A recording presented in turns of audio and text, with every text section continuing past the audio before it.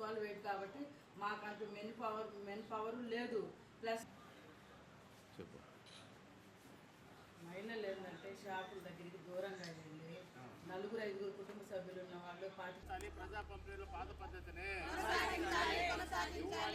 నా పేరు మంగళ పుల్లయ్య, ఆంధ్రప్రదేశ్ వ్యవసాయ కార్మిక సంఘం నెల్లూరు జిల్లా కార్యదర్శి. ఈరోజు పేదవాడికి నోటికాడికి అంత తిండి పెట్టేటువంటి ఈ ప్రజా పంపిణీ వ్యవస్థను నిర్వీర్యం చేయడానికే ఈరోజు కూటమి ప్రభుత్వం కంకణం కట్టుకున్నట్టుగా తెలుస్తుంది.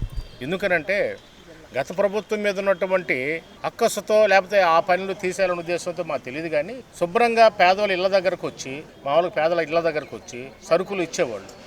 3-4 సరుకులు అయినా కూడా ఇప్పుడు ఆ పద్ధతి తీసేయడంతో, మొబైల్ వాహనాలు తీసేయడంతో ఈరోజు గ్రామాల్లో ఎక్కడో డీలర్ షాపు దాదాపు 2-3 కిలోమీటర్ల దూరంలో ఉంటుంది.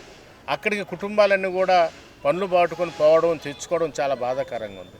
అక్కడున్న డీలర్లు కూడా సక్రంగా ఇళ్ల దగ్గర ఉండే పరిస్థితి, పేదలకు రేషన్ ఇచ్చే పరిస్థితి ఉండదు. రెండోది, ముస్లిం మొత్తక మంచంలో ఉండే వాళ్ళందరూ ఇళ్ల దగ్గరకు వచ్చి ఇస్తామంటున్నారు. అది ఎక్కడ అమలు జరగడం లేదు. తంబేయించుకొని పోయి మీరెవరైనా వచ్చి తెచ్చుకోండి అని పోతున్నారు. ఇది మరీ బాధాకరం. దాని తోడు నగదు బదిలీ, సరుకులు తీసుకోకపోతే మేము డబ్బులు ఇస్తాం. ఏంటంటే ఈ విధానం?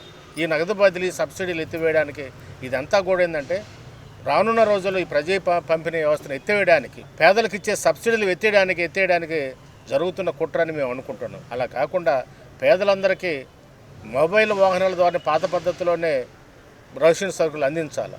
అదేవిధంగా ఇచ్చే 4 సరుకులు కాదు, కేరళ రాష్ట్రం మాదిరిగా 16 సరుకులు ఇవ్వాలి. పేదవాడికి ఉప్పు, పప్పు, చింతపండుతో పాటు అనేక రకాల వస్తువులు పేదవాళ్ళకి అందిస్తే ఉపయోగం. కాయ కష్టం చేసుకొని పగులు పొద్దుస్తాం కాస్త కలోగంజు తాగాలంటే ఈ 16 రకాల వస్తువులు ఇవ్వాలని. రెండోది, ఎవరు బియ్యం తినడం లేదని అంటున్నారు. పెద్దవాళ్ళు మారాదులు తినరేమో రేషన్ బియ్యం.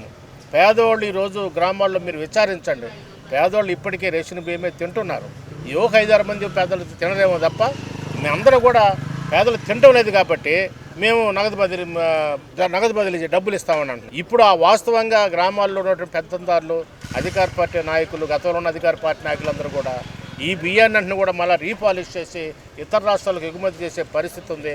ఇవన్నీ కూడా అరికట్టి పేదలకు మొబైల్ పద్ధతుల ద్వారానే రేషన్ సరుకులు అందించాలా, నగదు బదిలీ విధానాన్ని రద్దు చేయాలని చెప్పి ఈ సందర్భంగా మేము డిమాండ్ చేస్తూ ఈరోజు జిల్లా సివిల్ సప్లై సూపరింటెండెంట్ గారికి అఖిల భారత ప్రజాతంత్ర మహిళా సంఘం అలాగే ఆంధ్రప్రదేశ్ వ్యవసాయ కార్మిక సంఘం తరఫున డిఎస్ఓ గారికి వినతిపత్రం వేయడం జరిగింది.